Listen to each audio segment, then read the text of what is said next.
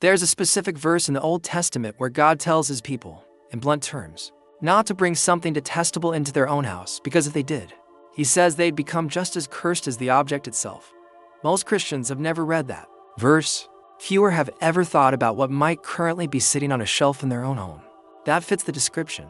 Maybe it's something in a drawer you haven't opened in years. Maybe it's something a relative gave you that you've just never questioned. This isn't a video about ghost stories or spooky objects for entertainment. It's about a real, repeated biblical pattern most modern Christians have simply never connected to their actual living room. Stick around, because these are 5 specific things Scripture warns against bringing into your home. And by the end, you might be walking through your own house with completely different eyes. Let's go through all 5. The first thing you should never bring into your home is any tool for divination, Ouija boards, tarot cards, spirit boards, anything designed to contact the dead or predict the future outside of God. Deuteronomy 18 is direct. It lists anyone who practices divination or sorcery, interprets omens, engages in witchcraft, or casts spells as detestable to the Lord. This isn't a gray area in Scripture. It's one of the clearest lists of forbidden practices in the entire Old Testament. It's the same logic as being told not to keep a lit match near dry brush. The danger isn't superstition. It's the actual mechanism of what the object is designed to do.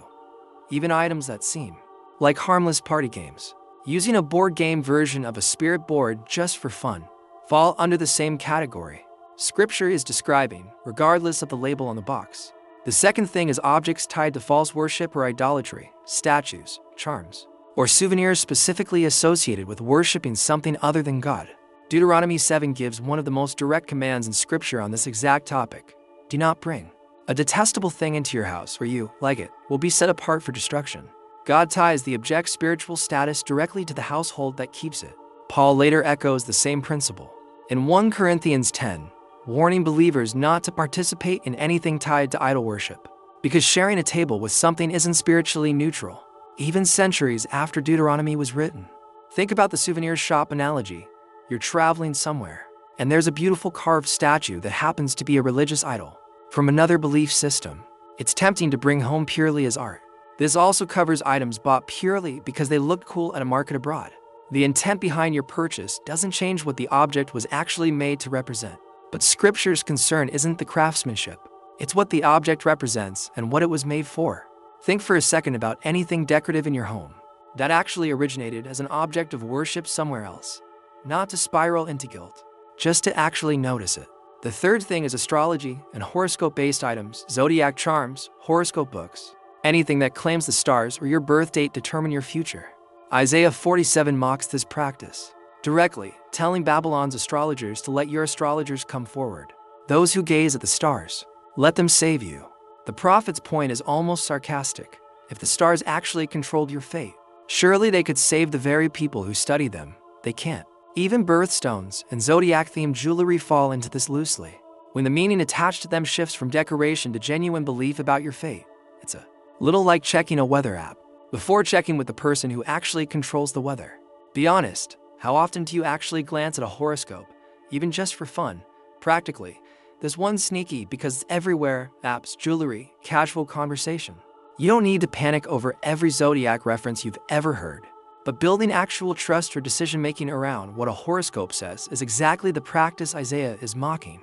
We're past halfway, and the first 3 were mostly about objects with an obvious occult or spiritual origin. The last 2 are different. They're about things that look completely ordinary and might already be sitting in your house right now without you thinking twice about them. The fourth thing is what Scripture calls foreign gods, and in Genesis, this gets surprisingly personal. Before Jacob leads his family to Bethel to worship God properly, he tells his entire household, "Get rid of the foreign gods you have with you." And Genesis records that they actually did. They handed over rings and idols they'd been carrying, and Jacob buried them under a tree. Jacob didn't wait for a dramatic confrontation to deal with this. He simply asked his household directly, and they responded immediately once asked. These weren't necessarily items Jacob's family worshiped daily. Some were likely inherited, kept out of family sentiment or superstition, carried along without much thought. But Jacob recognized that before real worship could happen, those objects had to go. It's the family recipe box you never asked where the recipes actually came from. Most of what's inside is harmless, but Jacob's story suggests it's still worth occasionally checking. The fifth and final thing is anything hidden in your home that you know is connected to sin. You haven't dealt with, not necessarily occult, but concealed.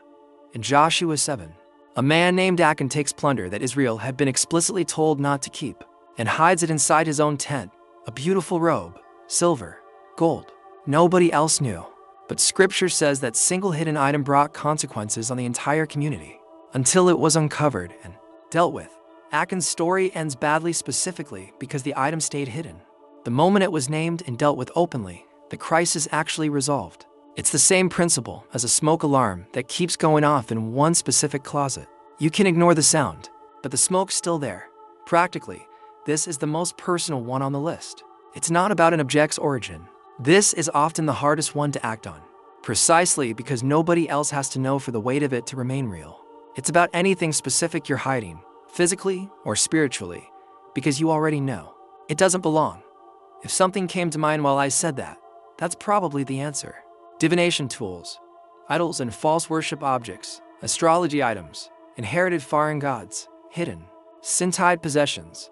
5 different categories, but one consistent principle running underneath all of them. What you keep in your home quietly shapes what you're inviting influence from, whether you've thought about it that way or not.